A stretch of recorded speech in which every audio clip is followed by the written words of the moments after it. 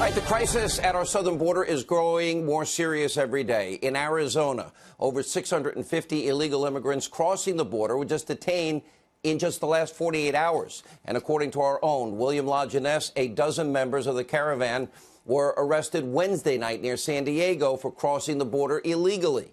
Remember, only the first few hundred migrants have arrived. We're expecting a couple of thousand in just the next few days, and then many more after that. Let me be clear. I have said I really believe the vast majority of people in this caravan are probably people that are poor. They have good intentions. They're looking for a life for themselves, their family, a good job, a better future. And there is, for us, a massive security risk. Now, criminals also will take advantage of unchecked, unvetted migration into our country. We see it every day. Look at what happened in Arkansas on Sunday. A 29-year-old illegal immigrant opening fire on officers during a traffic stop outside of Fayetteville. We have the dash cam footage, but be warned, this video is disturbing.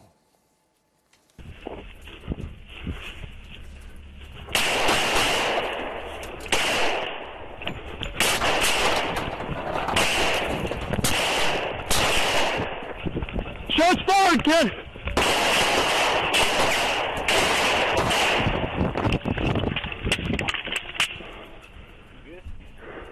Kenny, I need units now. This is why we talk about vetting people before they come into the country. Thankfully, no officers were injured. The perpetrator was taken into custody. But this act of violence is unacceptable, and the very reason secure borders, a strong system of vetting are vitally important. When I sat through a security briefing in Texas with Rick Perry, 642,000 crimes they had documented in a 7-year period of time. Some not serious, but some very serious, going up to murder. That's in one state.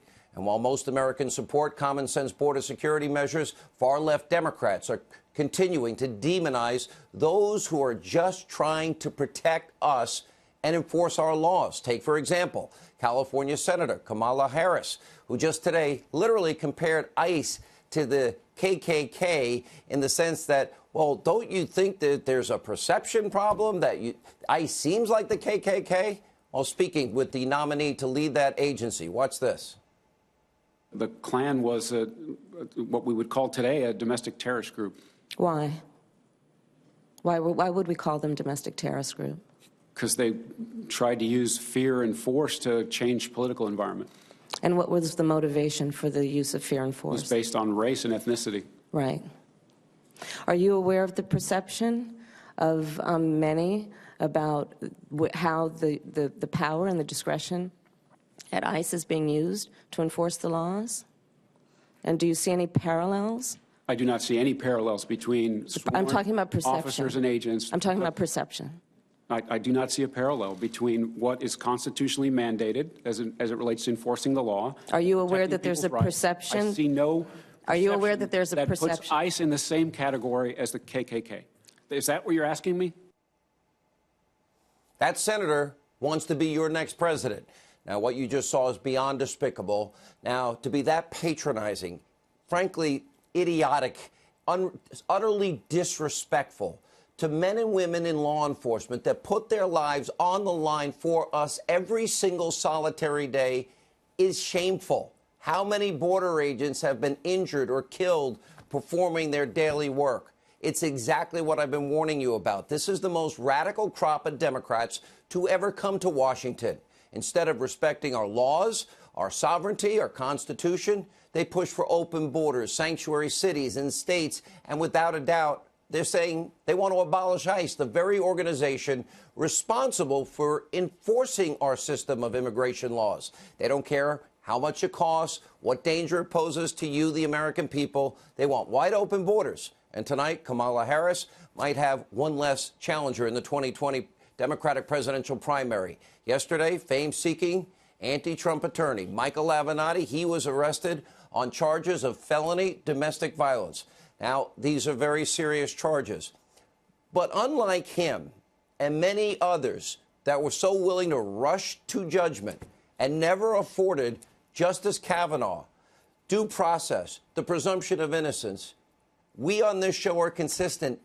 Every American deserves due process. Every American deserves that presumption of innocence. Yes, even if you don't agree with them politically, someone like Michael Avenatti, he deserves it, you deserve it, everybody deserves it, and guess what? Judge Kavanaugh deserved it and didn't get it. Now, the rush to judgment, this is a dangerous thing in this country. Remember Richard Jewell, falsely accused of being the lone bomber in the Olympic Park bombing in '96. He fit the profile of the lone bomber because he lived with his mother. I didn't know at the time. He was listening to my radio show, and I was saying, that makes no sense. It turned out he was a hero. He wasn't the bomber. I found out later, he told me I was the only one. He was listening to the show that stood up for him and at least gave him a fair shot, the presumption of innocence. By the way, you might remember the Duke lacrosse team. They were falsely smeared. On our show, we didn't rush to judgment, and I took the time to go and meet with some of the kids and their families to do some investigative work. And let's not forget what the left did in Ferguson. Police officer Darren Wilson was never charged in that case. His career was ruined anyway. Remember what happened in Baltimore? Everyone rushed to judgment. All those officers were guilty of what happened with Freddie Gray. None of them convicted. How many times did the president, at the time, Obama, rush to judgment? The Cambridge police acting stupidly. During every big moment, so many people on the left, if it fits their political agenda, if it's politically expedient, if they can get cheap political points, they rush to judgment just for political gain. No presumption of innocence ever with these people when it comes to politics. So, yes, Michael Avenatti deserves due process. He deserves the presumption of innocence, even though it wasn't that long ago. He did not extend that basic decency to Justice Kavanaugh. Frankly, just the opposite. Remember, it was he that pushed a phony claim from a client named Julie Swetnick. Remember, they came out with that affidavit. And at the time, by the way, Alan Dershowitz said he might have to rescind this because the story started to change. And she was alleging that when Brett Kavanaugh was in high school, he participated in numerous parties, gang rape parties, where girls' drinks were systematically drugged, boys lining up in the hallways, waiting their turn to gang rape their teenage victims. And she claimed it happened many times. These claims were given to the Senate Judiciary Committee in a sworn statement. None of those claims, none of them were ever corroborated. No evidence was ever presented. Swetnick later backtracked during an interview with NBC. Judiciary Chairman Chuck Grassley recently referred Avenatti and Swetnick now to the Department of Justice for a criminal probe into their false statements. It is clear that Avenatti, he wanted to derail Judge Kavanaugh's life over these absurd claims. He should have gotten his full story. And how does his own client contradict what he said in an affidavit? He didn't give a rip about due process, presumption of innocence. And now this issue has come full circle for him. Take a look. I have never struck a woman. I never will strike a woman. I've never sexually assaulted anyone. Not in high school, not in college, not ever. I am looking forward to a full investigation, at which point I am confident that I will be fully exonerated. I know that any kind of investigation, Senate, FBI, Montgomery County Police, whatever, will clear me. Now, in this country, these protections, due process, should never, ever, ever be a partisan political issue. It's not Republican, Democrat, conservative, liberal. It must be applied to every American equally. Sadly, Avenatti wasn't the only person on the left with no forethought, no principles. And just a short time ago, so many Democrats, so many in the mainstream media, they were willing to throw out fundamental, basic rights right out the window because of an unyielding partisan hatred for Judge Kavanaugh. Remember this. This is a monumental defining moment this week when you have someone like Cosby going to prison and then in the same breath having Kavanaugh possibly going to the highest court in the land. I am blown away. Before I saw this stuff, I'm like, oh, come on, what could be in this guy's yearbook? Like, little nonsense. This is sick stuff. Right. The Devil's Triangle in your yearbook forever and ever. These people in Congress right now in that Senate Judiciary Committee, these white men, old, by the way, are not protecting women. They're protecting a man who is probably guilty. Not only do women like Dr. Ford, who bravely comes forward, need to be heard, but they need to be believed. They need to be believed. I just want to say to the men of this country, just shut up and step up. Do the right thing. Let me just say right at the outset, I believe Dr. Ford. I believe the survivor here. I believe her. I stand with her. And do you hope she shows up on Monday? Do you hope that she testifies? I don't think she should be bullied into this scenario where it's a he said, she said. It's a sham hearing. And I don't think she should participate in it. It's definitely attempted rape. I don't see it any other way. Remember, the charges against Judge Kavanaugh were from 36 years ago. Where is the outrage? Those people you just watched over somebody they politically agree with, Michael Avenatti, are they so willing to suspend these fundamental rights when it comes to claims made against him? Why? Because he's a Democrat? Or his name is not Keith Ellison? Another example? There are not charges from 36 years ago. By July of this year, when he was spewing nonstop anti-Trump vitriol, well, guess what? Michael Avenatti appeared on cable news over 200 times. According to analysis from the Washington Free Beacon, fake news CNN, conspiracy TV MSNBC gave Avenatti $175 million worth of free media coverage. Why did he become the star guest? Because he was trashing Donald Trump and Michael Cohen. Now what do we hear about him? Crickets. Now, Newsbusters reports tonight that CNN barely covered the Avenatti arrest. MSNBC also tried to ignore and play down the story. That is in stark contrast to their wall-to-wall coverage of the Swetnick allegations, with no evidence of regular gang rapes and drugging of teenage girls when Kavanaugh was in high school. All right, important issue. This is about the rule of law, equal application of the law. Let's not politicize political differences or criminalize differences like this. This is now becoming madness. Now let's turn to the latest out of Mueller's partisan witch hunt. Earlier today, President Trump, he was sounding off, reminding we, the people, the American people, that there's been no finding of collusion. He also highlighted how much money and time this endless investigation is costing you, the American taxpayer.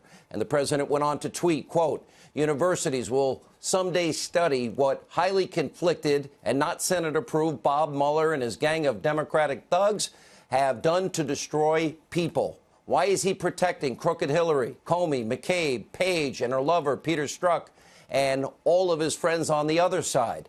They have spent months digging into everything and anyone and everyone associated with President Trump while ignoring what we now know to be factual and true.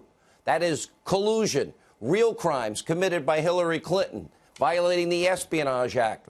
Fact, the biggest, easiest slam dunk case as it relates to, obstruction of justice we've ever seen. Why has there been no Mueller investigation into Hillary's bought and paid for dirty Russian dossier, put together by a foreign spy, Russian intelligence sources, paid for by Hillary and the DNC that she was controlling? Why? In order to, in part, influence an election. You, the American people. How is that not Russian collusion? What about the dissemination of the Russian intelligence throughout the highest levels of your government? Those Russian lies spread out to the American people before the 2016 election to propagandize and influence people before they voted in that election and use then to destroy President Trump after the election. What about the fraud on a FISA court 4 times? Grassley, Graham, Nunes memos, the bulk of information in those FISA warrants used the same unverified, uncorroborated dossier that Steele, under oath himself, testified he had no idea it was true. This is all being ignored. Why? Because this partisan witch hunt has never really been about Russia collusion. It has been about delegitimize President Trump, started by a guy that says, he should lose 100 million to 0 in the election. The guy that exonerated Hillary and was writing an exoneration before investigation. Show me the man, I'll find you the crime. And finally tonight, we do turn to good and bad news out of Florida. First, the good news. There will be no more recounts in the gubernatorial election, barring any last-minute legal attempts to maybe steal the election. Have to always assume that's a possibility. Republican Ron DeSantis is now certified. He will be the next governor of the great state of Florida. Gillum, of course, has not conceded, even though he only picked up, get this, 1 vote in the recount. 1 vote. And my sources tell me tonight that, in fact, Rick Scott has picked up a lot of votes in the recount. In the Senate race, the chaos continues. After a machine recount, well, Rick Scott remains way ahead, having picked up, in fact, some votes. Palm Beach County, once again, failed to meet the statutory deadline, so the original results in that county stand. But a hand count of thousands of contested or faulty ballots, those with over votes, that means that if at the top of the ticket, you're supposed to fill in the oval and there's a dot down there, you can bet that Nelson's attorney will say, you see that dot at the bottom? They meant to put it up here.